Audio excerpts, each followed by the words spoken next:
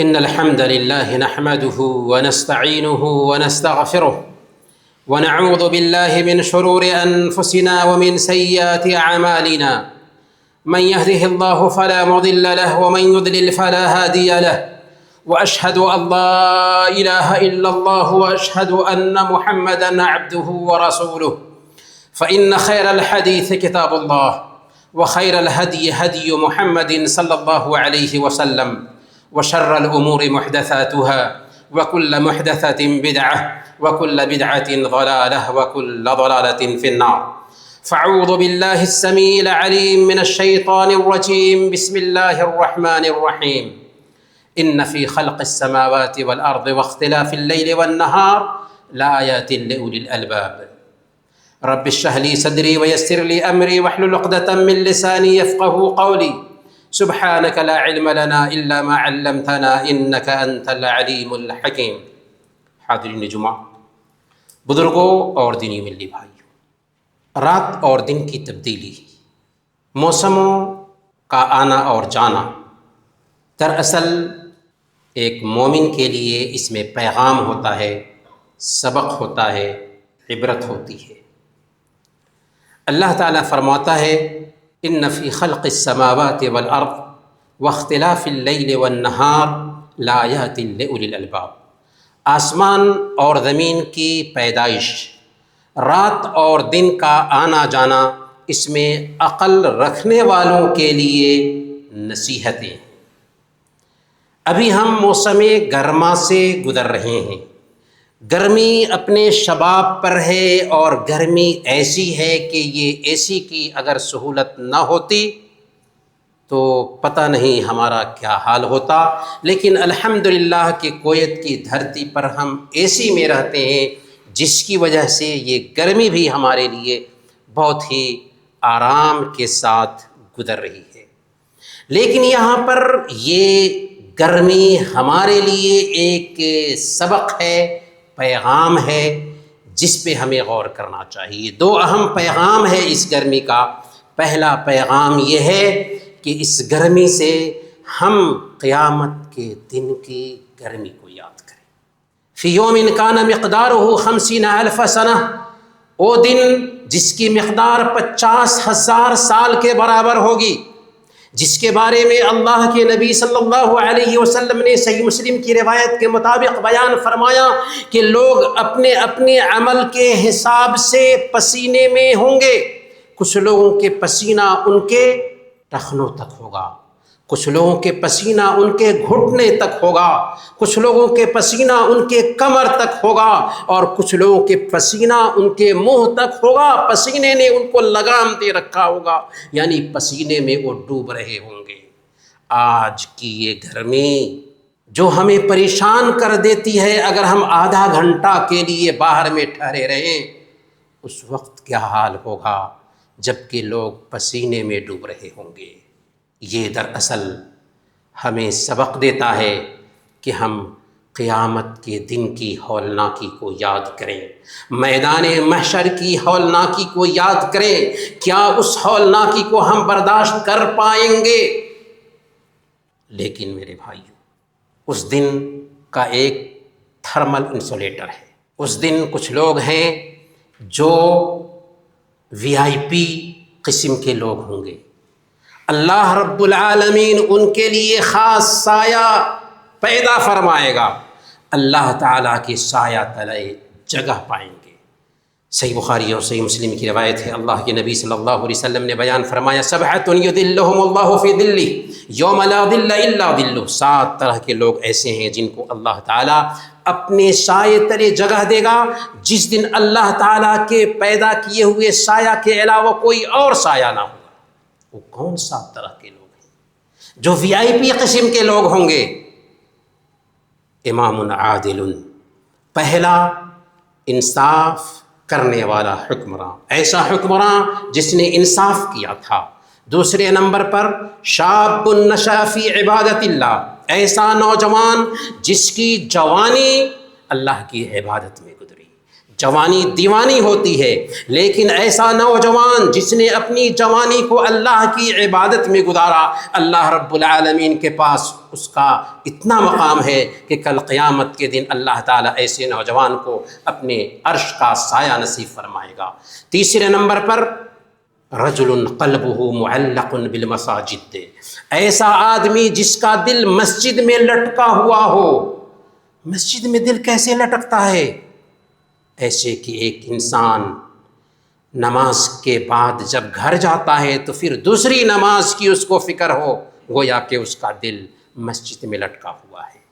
وَرَجُلَانِ تَحَابَّا فِي اللَّهِ اجْتَمَعَا عَلَيْهِ وَتَفَرَّقَا عَلَيْهِ، دو ایسے لوگ جو اللہ کے لیے محبت کرتے ہیں، اسی محبت پر اکٹھا ہوتے ہیں اور اسی پر جدا ہوتے ہیں، دنیاوی فائدے کے لیے، کسی مفاد کے تحت یہ محبت نہیں ہوتی۔ اسی لیے اس محبت کا اثر یہ ہے کہ صحیح مسلم کی روایت کے مطابق اللہ کے نبی صلی اللہ علیہ وسلم نے بیان فرمایا کہ کل قیامت کے دن اللہ تعالیٰ فرمائے گا این المتحابون بجلالی اليوم اظلهم فی ظلی یوم لا ظل الا ظلی، کہاں ہیں ہماری خاطر محبت کرنے والے؟ آج ہم ان کو اپنے عرش کا سایہ نصیب فرمائیں گے جس دن میرے سایہ کے علاوہ کوئی اور سایہ نہیں۔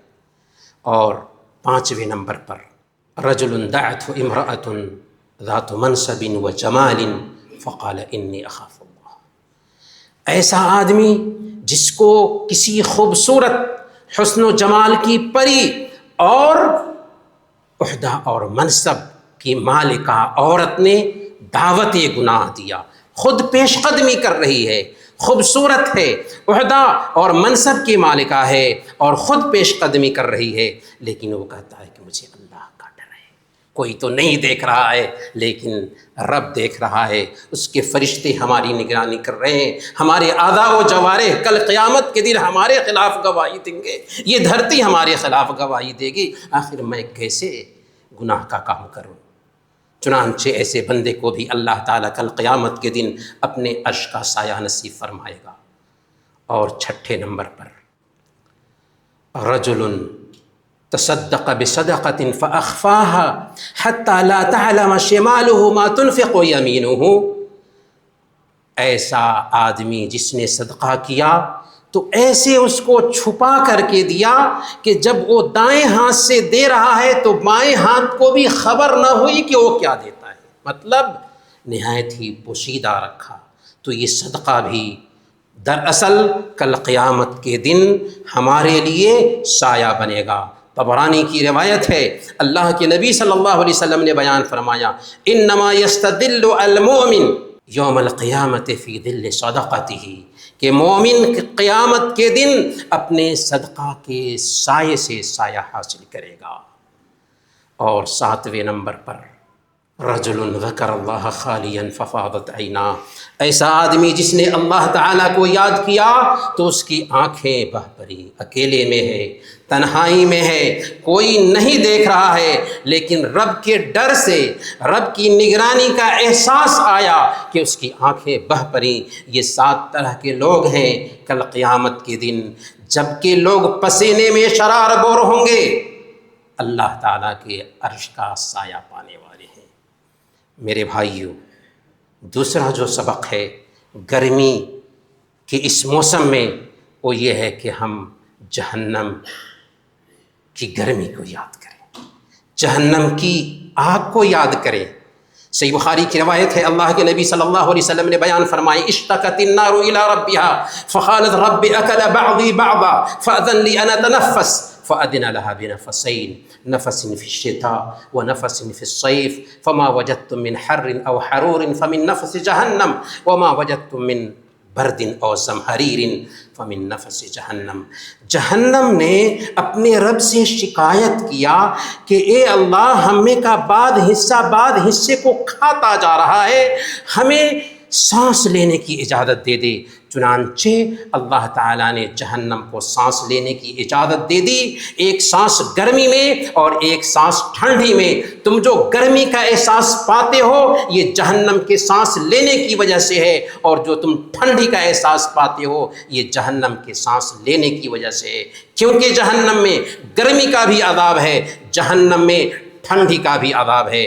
میرے بھائیوں، جب یہ گرمی آئی ہے تو ہمیں روز قیامت کی یاد دلا رہی ہے، یہ گرمی آئی ہے تو ہمیں جہنم کی یاد دلا رہی ہے۔ تو ہمارا رویہ کیا ہونا چاہیے، ہمارا کردار کیا ہونا چاہیے؟ ہمیں چاہیے کہ ہم کل قیامت کے دن کی سختی سے بچنے کا اپائے کریں، ہم جہنم سے بچنے کا انتظام کریں۔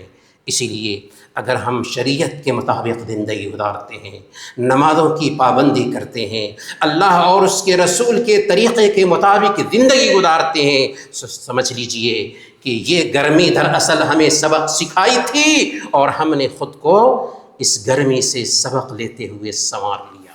ورنہ اللہ تعالیٰ نے منافقین کا حال بیان فرمایا، وَقَالُوا لَا تَنْفِرُوا فِي الْحَرِّ قُلْ نَارُ جَهَنَّمَ أَشَدُّ حَرًّا لَوْ كَانُوا يَفْقَهُونَ۔ انہوں نے کہا کہ جہاد میں جاؤ گے، گرمی ہے، گرمی میں مر جاؤ گے، مت نکلو۔ اللہ تعالیٰ فرماتا ہے کہ ان سے کہہ دو کہ جہنم کی آگ زیادہ سخت ہے۔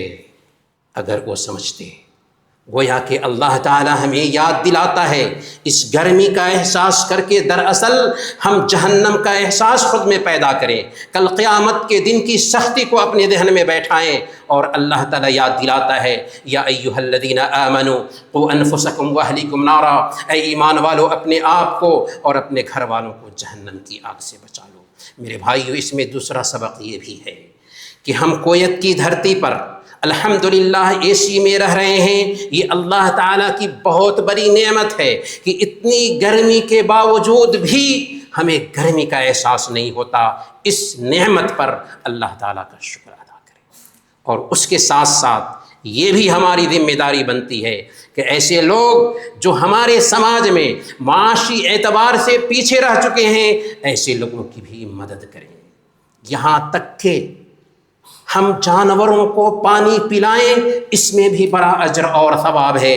صحیح بخاری اور صحیح مسلم کی روایت ہے، اللہ کے نبی صلی اللہ علیہ وسلم نے ارشاد فرمایا، ایک بندہ پیاسا تھا، کنویں میں اترا، پانی پی کر کے نکلا تو اس نے دیکھا کہ ایک کتا ہے جو پیاس سے گیلی مٹی چاٹ رہا ہے۔ وہ سوچا کہ جیسے میں پیاسا تھا ویسے ہی یہ بھی پیاسا ہوگا، چنانچہ وہ کنویں میں اترا، موزے سے پانی لیا اور لا کر کے اس کتے کو پلا دیا۔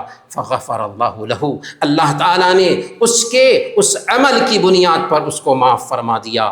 اللہ کے نبی صلی اللہ علیہ وسلم سے صحابہ کرام نے پوچھا، کیونکہ وہ نیکیوں کے رسیا تھے، کہا یا رسول اللہ وَإِنَّ لَنَا فِي الْبَهَائِمِ لَأَجْرًا، کیا جانوروں کے ساتھ اچھا معاملہ کرنے میں بھی ہمیں اجر اور ثواب ہے؟